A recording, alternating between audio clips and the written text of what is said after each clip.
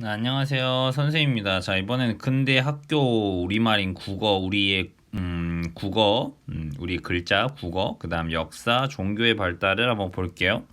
이런 것들도 좀 이제 상식적으로 좀 알아두면 좋고 처음 본 것들이고 아무래도 좀 잘 안 외워질 거야. 내가 왜 이런 것까지 외워야 되지? 막 이런 생각을 할 수 있는데 그래도 또 시험을 보다 보면 이런 게 한두 문제가 막 나오기도 하고 보기로 나오는 경우도 있거든요.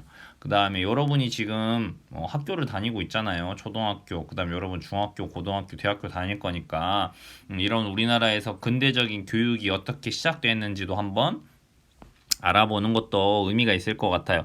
첫 번째 먼저 이제 학교부터 먼저 살펴봅시다. 여기서 이제 학교는 이제 근대적인 의미의 학교지. 그러면 생각해 볼까요? 우리 조선 시대에는 주로 어떤 학교들이 있었어? 학생들이 다니는 서당 기억나지? 서당. 맞아요. 여기 서당이나 그 다음에 또 어떤 게 있었을까요? 지방에는 향교라고 하는 학교가 있죠. 그러니까 쉽게 생각하면 서당은 여러분이 생각하는 한 초등학교 정도로 생각하면 되고 뭐 향교는 한 중고등학교 정도라고 생각해 주시면 되겠어요. 이런 거 학교들이 있었죠. 그 다음에 뭐 국가가 만든 뭐 대표적인 학교 중에서 바로 성균관. 지금으로 따지면 성균관은 뭐 한 대학 정도 이렇게 생각해 주시면 되고 그 다음에 국가에서 만든 대학이 성균관이라면 그냥 사람들이 만든 대학교는 서원 이런 것들을 이런 교육기관들이 있었다는 거지. 근데 그럼 조선시대에 이런 교육기관은 결국 뭘 가르치는 학교들이었겠어 얘들아? 유교적인 내용을 가르치는 학교였잖아. 맞아? 그러니까 이런 학교들은 결국 근대적인 학교가 아닌 거잖아요. 그래서 이제부터 우리가 다니고 있는 초등학교, 중학교, 고등학교, 대학교와 같은 이런 근대적인 학교들이 우리나라에서 이제 어떻게 만들어지는지 역사를 알면 좋을 것 같습니다. 자, 먼저 그러면 이제 개항 직후부터 먼저 생각을 해보면 강화도 조약이 맺어지고 나서 이제 근대적인 학문을 배워야 되겠다라는 생각을 했겠지. 자, 여기서 학교는 이제 근대적인 학교야. 근대적인 학교니까 유교를 배우는 게 아니라 지금 우리가 배우는 것 같은 뭐 국어, 수학, 뭐 사회, 과학, 뭐 영어 뭐 이런 내용들을 배우는 거지. 유교적인 지식이 아니라. 무슨 말인지 알겠지? 자, 그러면 첫 번째로 볼 학교는 바로 사립학교부터 먼저 볼게요. 사립학교. 자, 우리나라 최초로 세워진 바로 근대식 학교가 되겠습니다. 이게 바로 원산학사라고 하는 거예요. 자, 원산 학사 마찬가지 이런 것도 시험에 많이 나옵니다. 자, 원산 학사 이거는 국가가 만든 게 아니라 사립이라는 거는 사람들이 따로 돈을 모아서 만든 학교다. 이렇게 생각하면 되겠어요. 함경도의 덕원과 원산 마찬가지로 강화도 조약으로 원산이 먼저 개항을 하게 되면서 여기서 이제 근대적인 학문이나 외국어 이런 것들을 많이 가르쳤다라고 하는 거예요. 자, 원산학사 중요해요. 우리나라 최초의 근대식 학교다. 이렇게 해서 시험에 많이 나오는 거예요. 무슨 말인지 알겠죠? 원산학사 최초의 근대식 학교다. 근데 이 학교는 또 특이한 게 공부만 시키는 게 아니라 뭔가 그런 운동이라든지 싸움이나 이런 거 같이 가르쳤다. 뭐 이렇게 생각해 주시면 될 것 같습니다. 알겠죠? 뭐 무예도 가르쳤다고 하니까 원산학사 우리나라 최초의 근대적인 학교다. 그 다음에 이제 국가가 세우는 학교들을 관립이라고 하는데, 국가가 세우는 학교는 관립이다. 그래서 바로 여기서 동문학이라고 하는 학교를 세웠다. 알아두시면 될 것 같아요. 주로 가르쳤던 거는 당연히 개항을 했기 때문에 이제 외국어를 배워야 되겠죠. 맞아요. 그래야지 외국인들과 소통을 할 거 아닙니까? 그래서 주로 이제 외국어들을 가르치는 학교들이었다. 이렇게 생각해 주시면 되겠습니다. 자, 그 다음 이제 1884년 이제 갑신정변 이후에 마찬가지로 아까 우리 개항 직후 동도서기 개화기 그 다음 세 번째로는 뭐 광무개혁, 애국개몽운동 시기 이런 식으로 좀 구분해봤던 거 기억나겠죠? 그쵸? 요 동도서기 개화기 이때 이제 학교를 본격적으로 좀 세워볼까 하는 요런 가보개혁이라든지 이런 것들이 주로 더 이루어지게 된다라고 볼 수 있겠어요. 자, 그럼 이때부터는 이제 서양 세력들이 들어와서 사립학교들도 많이 세워지는데 이 사립학교들을 주로 세웠던 인물들이 바로 뭐냐면 선교사들이 굉장히 많은 학교를 만들게 되는 거예요. 그 기독교죠. 개신교나 천주교 뭐 이런 사람들, 특히 이제 개신교 계열에서 학교들을 많이 세우게 돼요. 그래서 바로 배제학당이라든지 그 다음 이화학당 이런 학교들을 세우게 되는 것입니다. 마찬가지로 선교사들이니까 서양인들이 와서 학교를 만들었다는 거야. 그러니까 근대적인 교육기관이었다고 볼 수 있겠죠. 그 다음에 여기서 지금도 그러면 남아있냐? 남아있어요.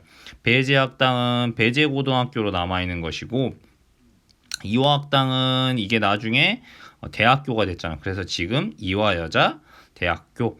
그러니까 이거는 주로 이화학당은 여기서 여성들만 가르치는 교육기관이 이화학당이었단 말이야.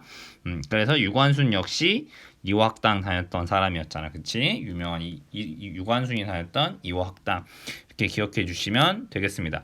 그 다음 나라도 역시 마찬가지로 학교를 세우기 위해 노력한다. 그런 학교를 관립학교다 라고 이야기하는 거야. 자, 동문학 이후에 이제 1884년 이후니까 미국하고 교류를 맺으면서 학교를 만드는데 그게 바로 유경공원이라고 하는 학교예요. 자, 공원 이름 아니야. 유경공원이라는 학교야. 이 학교에는 마찬가지로 외국인들을 선생님으로 데려와서 굉장히 교사로 많이 활용을 하는데 이때 미국과 교류를 하는 상황, 조미수 통상이 맺어지면서 이 외국어를 미국인들 선생님을 많이 데려와요. 그래서 이때 헐버트라고 하는 사람을 교사로 데려오죠. 이 헐버트가 나중에 을사늑약의 부당함을 알리기 위한 헤이그 특사를 파견했을 때 헐버트 선생님이 많이 도움을 줬다고 하죠. 알겠죠? 자, 이렇게 유경공원을 세웠다. 이 유경공원을 세우면서 바로 뭘 이야기하냐면 갑오개혁을 실시하게 되면서 이때 중요한 문서를 하나 만드는데 그게 바로 교육 입국 조서라는 것을 반포한다. 그러니까 우리나라가 어떻게 이제 근대적인 학교를 세워야 하는 것이냐 이런 이야기들을 구체적으로 적어 넣는 거죠. 그다음 이런 걸 바탕으로 해서 이제 근대적인 학교들을 많이 만들게 되는 것이에요. 알겠죠? 이걸 통해서 이제 우리가 근대적인 학교를 많이 만들어야 된다. 왜? 우리나라가 강하고 발전하려면 교육이라는 게 굉장히 중요한 거잖아요. 그래서 근대적 학교를 만들기 위해 노력한다. 그래서 이런 문구를 이제 갑오개혁 때 만들고 그 다음 본격적으로 1895년 이제 이 광무개혁 시기에 굉장히 많은 근대적인 학교들이 이제 본격적으로 만들어진다 라고 볼 수 있겠어요. 그래서 이 근대적 학교를 만들기 위한 교육 입국조서의 영향을 받아서 수많은 소학교는 지금으로 말하면 초등학교 무슨 말인지 알겠죠? 그 다음에 초등학교에서 가르치기 위한 선생님을 기르기 위한 사범학교 알겠죠? 그 다음에 각종 외국어를 배워야 되는 외국어를 가르치는 학교 그 다음 더 나아가면 중학교까지 만들려는 이런 노력들을 기울인다. 선생님 왜 고등학교랑 대학교는 없어요? 그거는 이제 막 개화를 시작했고 소학교나 중학교도 숫자가 많았겠어? 아니겠지. 뭐 옛날 할머니나 할아버지들 이야기 들어보면 한 반에 막 50명, 60명씩 다녔대요. 지금 여러분은 뭐 20명, 30명밖에 안 다니지만 그래서 이 학교에 들어가는 것도 굉장히 어려웠다고 합니다. 소학교를 지금처럼 전국 각지에 만든 게 아니야. 그래서 그 당시에 이제 고등학교나 대학까지 만들기는 어려웠겠지. 학교를 만드는 것도 다 돈이 필요하고 이런 거잖아. 어쨌든 이렇게 근대적인 교육제도를 만들기 위해 노력했다. 라고 하는 거 봐주시면 될 것 같아요. 자, 그 다음 1904년 이후 이제 애국개몽운동 시기에도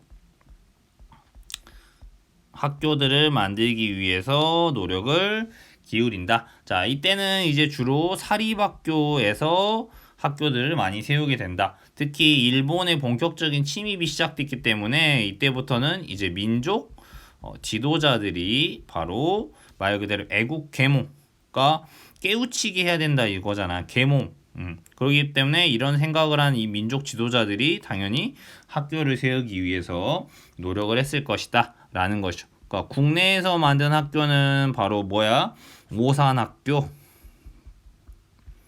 그 다음 대성학교, 이런 학교들을 만들게 된다. 대성학교 하면 유명한 사람이 바로 안창호 선생님이잖아요. 그쵸?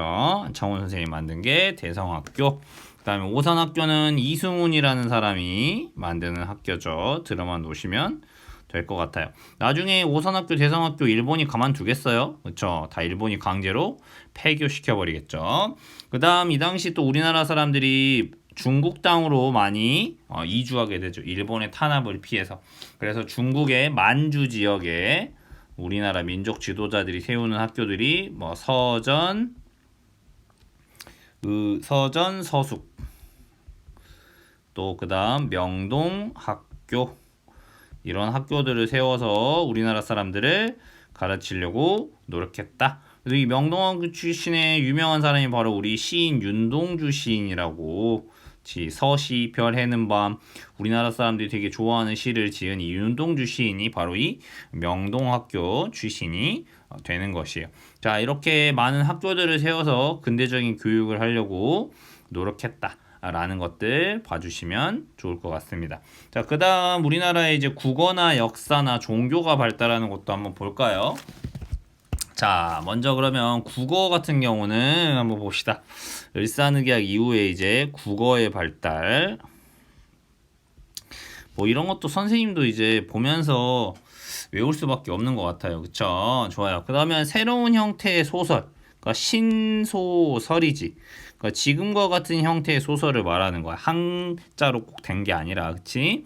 그래서 신소설은 뭐 이은직의 은세계다. 인직의, 이렇게 한번 들어만 놓으면 될 것 같아요.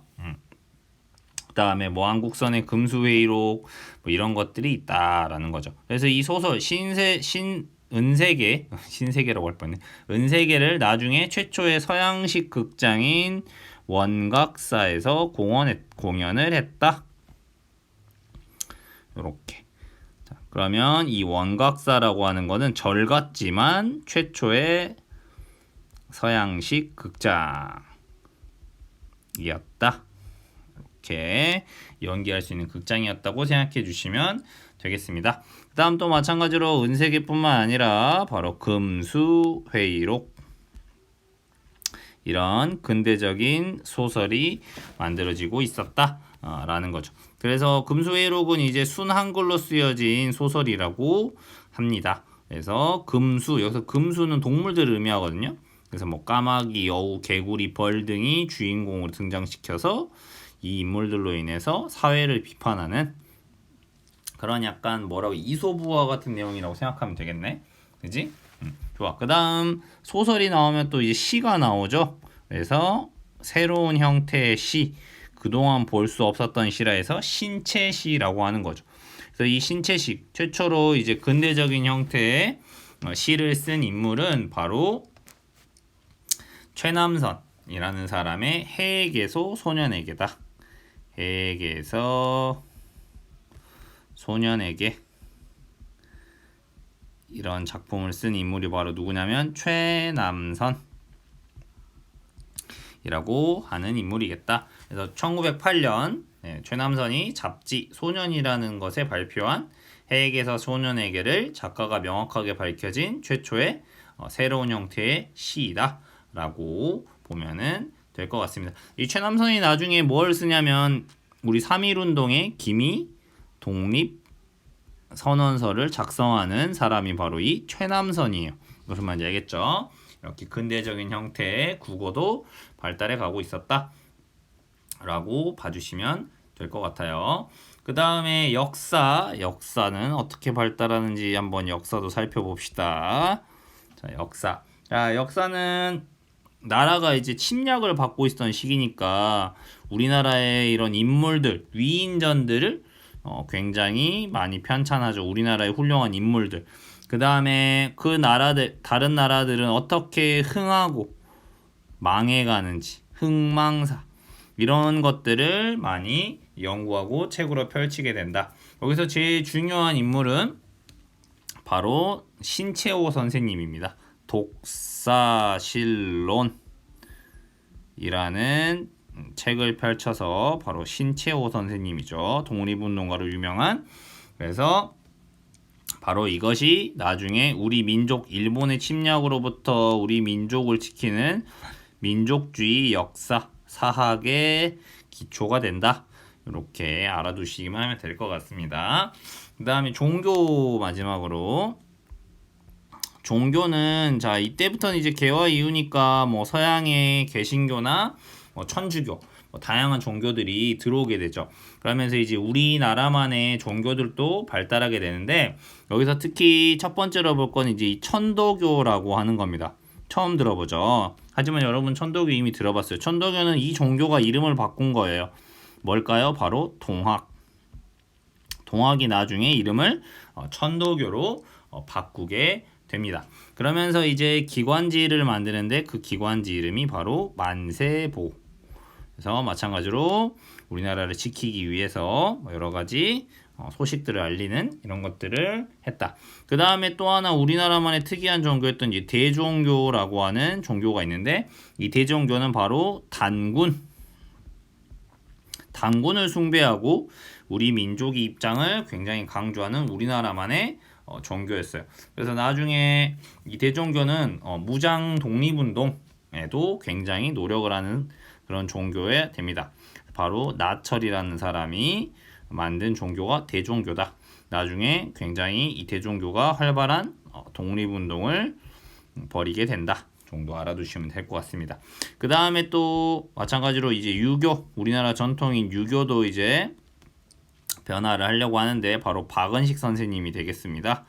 그래서 이런 분들이 유교 구신론 이런 거에서 실천적인 유교, 그러니까 말로만 예의네 뭐네 이렇게 하는 게 아니라 우리 삶에 도움이 되는 실천적인 유교 이런 것들을 강조하는 유교도 생기게 된다. 이렇게 봐주시면 되겠습니다. 익숙하지 않으니까 선생님도 참 보면서 하고 있고요. 공부한다는 마음으로 보면 될 것 같아요. 스트레스 받지 마시고. 자, 다시 한번 복습해 볼까요? 그러면 조선 정부는 외국어 통역관 양성을 목적으로 처음으로 정부가 세운 거 관리학교지 뭐겠어요? 동문학이라고 하는 학교를 만들었다고 했지. 외국어를 가르치는. 기억나죠? 두 번째, 마찬가지로 국가에서 만든 학공원이야. 유경공원은 누구 등 외국인 교사를 초빙하여 근대교육을 실시했다? 바로 헐버트. 맞아요. 이 헐버트가 나중에 헤이그 특사 도와준다고 했지. 땡땡땡땡 조서 반포 후 소학교, 한성사범학교, 외국어 학교 등의 관제 시스템이 만들어진다. 바로 교육 입국 조서. 교육 입국 조서는 언제 발표되는 걸까 얘들아? 가보 개혁. 맞아. 요때 근대적인 학제 이런 시스템이 만들어진다. 그 다음 개신교 선교사들에 의해서 바로 뭐가 만들어진다? 배제학당, 이화학당 이런 학당들이 만들어진다. 그러니까 지금의 교회들이 만든 학교라고 볼 수 있겠어요. 알겠죠? 네, 그 다음 안창호는 무슨 학교를 세웁니까? 안창호가 세운 게 대성학교. 그 다음에 이승훈이 세우는 게 오산학교가 되겠죠. 좋아요. 그 다음 간도 지역의 민족교육기관으로 뭐가 만들어진다? 서전서숙. 그 다음에 명동학교. 네, 만주 지역을 또 다른 이름으로 하면 여기를 간도라고도 하거든요. 선생님도 정확하게 이 지명이 항상 헷갈리긴 하는데 어쨌든 만주, 간도 요 두 개 알아두시면 될 것 같아요. 그 다음 복습이니까요. 그 다음 또 보겠습니다. 우리나라 최초의 서양식 극장인 뭐야? 원각사. 맞아. 우리나라 최초의 서양식 극장인 원각사에서 은세계가 연극으로 공연되었다. 그 다음 독사실론을 지어 민족주의 사학의 연구 방향을 제시한 사람 누구야? 신채호. 독사실론 민족주의 사학. 그 다음에 민중계몽을 위해 기관지 만세보를 발행했다. 만세보를 발행한 건 바로 천도교. 동학의 이름을 바꾼 것이었다. 나철, 오기호 등이 창시한 땡땡교는 단군신앙을 전파한다. 단군신화하면 대종교라고 했지. 이런 식으로 복습하면 2번 보고 3번 보면은 이제 나중에 더 기억할 수 있겠죠. 좋아요. 아무도 안 듣고 있는 것 같긴 한데 뭐 선생님이 공부하는 느낌으로 그냥 찍는 거야. 뭐 보면 좋고 안 보면 아쉽긴 하지만 좋아요. 어쨌든 수고하셨습니다. 이상입니다.